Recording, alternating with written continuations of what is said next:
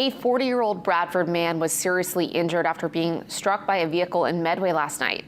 According to East Millinocket Police, they responded to the call around 9:45 on the Medway Road. An initial investigation shows that an SUV was unable to avoid the pedestrian who was walking in the road. The pedestrian was taken to Millinocket Regional Hospital and eventually taken to Eastern Maine Medical Center due to the seriousness of his injuries. There is no update on the pedestrian's condition, and the crash is still under investigation.